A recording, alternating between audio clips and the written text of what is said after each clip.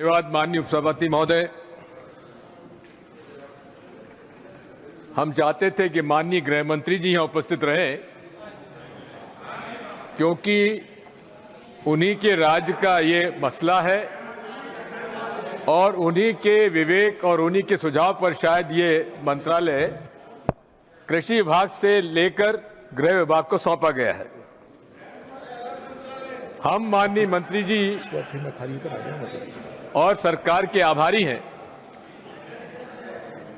आपने इस सहकारी विश्वविद्यालय का जो बिल है, प्लीज शांति बनाए रखें प्लीज। उसका नामकरण एक ऐसे वरिष्ठ तत्कालीन सहकारिता के कांग्रेस के कार्यकर्ता आदरणीय श्री त्रिभुवन दास जी पटेल के नाम से रखा है, जिन्होंने कि सरदार वल्लभ भाई पटेल की प्रेरणा से और वी कुरियन साहब के सहयोग से इस देश में श्वेत क्रांति की अगुवाई की 2014 के पहले। और ये सब माननीय उपसभापति महोदय 2014 के पहले का मैं जिक्र कर रहा हूं। उसके बाद क्या हुआ है उसकी जानकारी शायद मंत्री जी देंगे।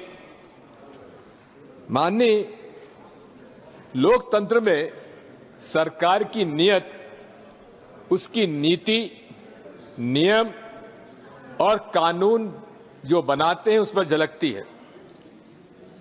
इस पूरे 11-12 साल के इनके कार्यकाल में 3 बिंदु साफ झलकते हैं।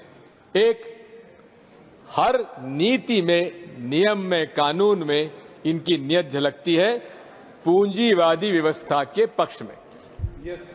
दूसरा, इनकी नीयत झलकती है सत्ता के केंद्रीकरण में, राज्यों के अधिकारों को हथियाने में। और तीसरी, माननीय उपसभापति महोदय, आप जानते हैं हर बात में सांप्रदायिक कटुता फैलाकर वे अपनी नीयत प्रदर्शित करते हैं। माननीय उपसभापति महोदय, गुजरात के ग्राम कैरा में वहां के दूध उत्पादकों ने आंदोलन किया। उस समय पोल्सन बटर के लिए दूध वहां से ले जाया जाता था और किसानों ने आंदोलित किया कि आप कम भाव में दूध लेते हैं और महंगा मुंबई मिल्क स्कीम को बेचते हैं। ये सरदार वल्लभ भाई पटेल के पास आए। सरदार वल्लभ भाई पटेल जी ने उनसे कहा कि दूध सहकारी समिति का गठन करो और मोरारजी भाई देसाई को कहा कि आप इनका सहयोग करो। और वर्ष 1946 में अमूल सहकारी समिति प्रारंभ हुई। माननीय, ये एक ऐसा उदाहरण है जहां प्रोड्यूसर और कंज्यूमर के बीच की जो खाई है वो पाटता है। सामान्य तौर पर आज के व्यवस्था में किसान को उनकी उपज का केवल 30-40% ही मिल पाता है बिचौलिए और प्रोसेसिंग के बाद। लेकिन अमूल एक ऐसी संस्था है जिसका 80% जो भाव उपभोक्ताओं से आता है वो किसानों के पास जाता है।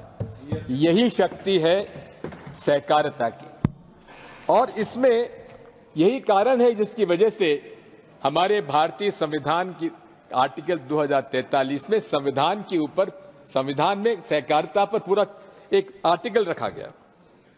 सरदार पटेल ने कहा था, I know of no other instrument so potentially powerful and full of social purpose as the cooperative movement. मैं आपसे अनुरोध करना चाहता हूं सभापति महोदय कि सरदार पटेल ने कहा था कि सहकारिता केवल आर्थिक गतिविधि नहीं है, वह एक अलग प्रकार की जीवन शैली है, एकता की, न्याय की और समरसता की। और इसी सहकारिता को उन्होंने कहा था कि ये भारत को शक्तिशाली बनाएगा और अखंड रहेगा और आर्थिक और सामाजिक विकास के माध्यम से इसे आगे बढ़ाएगा। इसीलिए संविधान में इसे राज्यों की सूची में रखा गया। देखने में आ रहा है माननीय सभापति जी कि लगातार राज्यों के अधिकारी, हमारा राज्यों का हाउस है और इस राज्यों के हाउस में लगातार राज्यों के अधिकार को धीरे धीरे कम किए जा रहे हैं। मैं तो कहता हूं, मंत्री जी यहां है नहीं, अगर अमित शाह जी आपको सरदार वल्लभ भाई पटेल के रूप में एक दूसरा सरदार गुजरात का बनना है तो आप कम से कम उनके विचारों को अंगीकार करिए।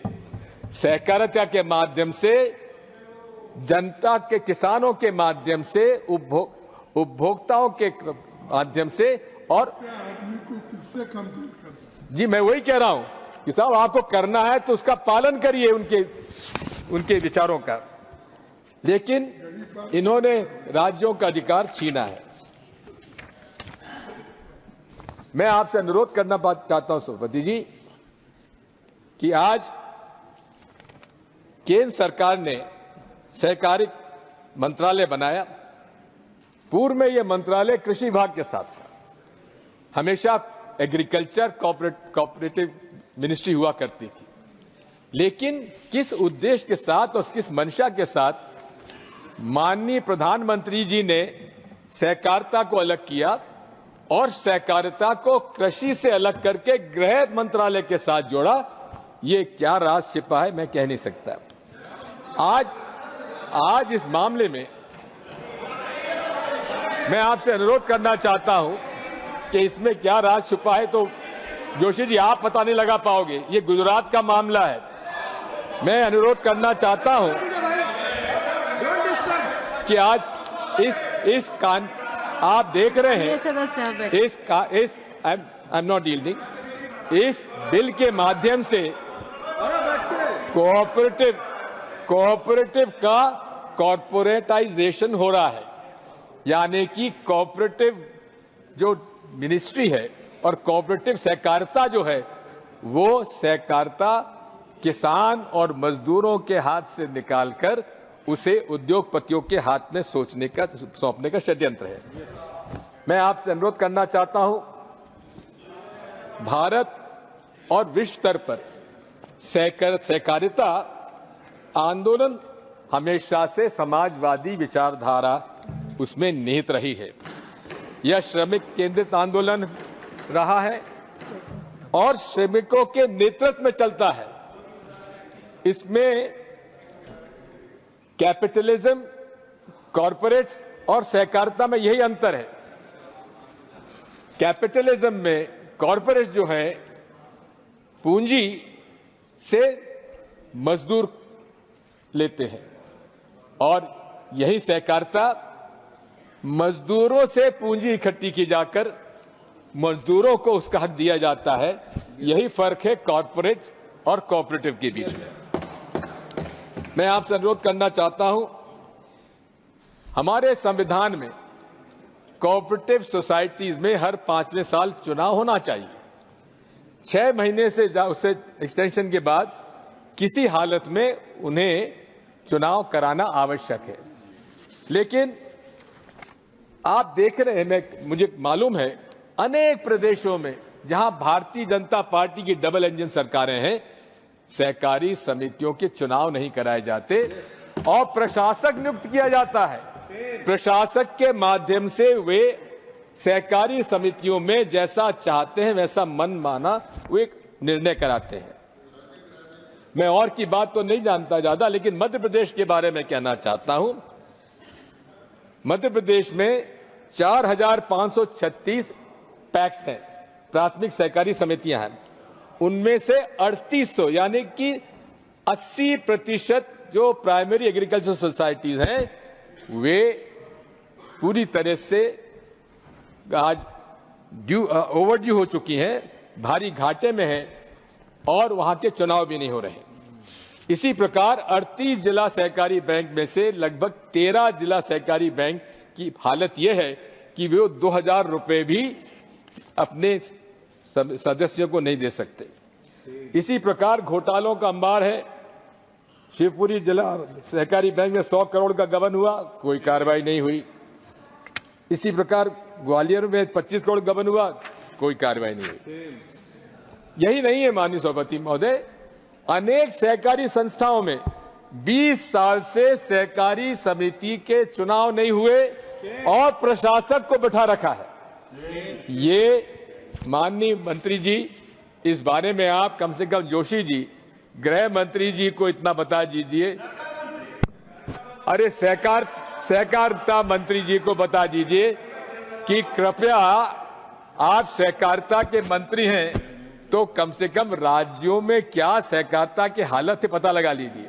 अब 5 साल में चुनाव होना चाहिए, संविधान में प्रावधान है, लेकिन मध्य प्रदेश की डबल इंजन सरकार ने उसमें भी कानून परिवर्तन करके कह दिया कि नहीं, चुनाव ना हो तो ना हो, अनंत काल तक चुनाव स्थगित करने का अधिकार दे दिया और अनंत काल तक प्रशासक को बैठने का अधिकार दे दिया। ये है सहकारिता के हालात इस देश में। माननीय सहकारिता मंत्री अमित शाह जी जो सरदार पटेल का एक दूसरा रूप बनना चाहते हैं। माननीय सभापति महोदय, इसी तरह से मैं कहना चाहता हूं, cooperative apex bank Madhya Pradesh का वहां के प्रबंध संचालक पर गबन की शिकायत हुई।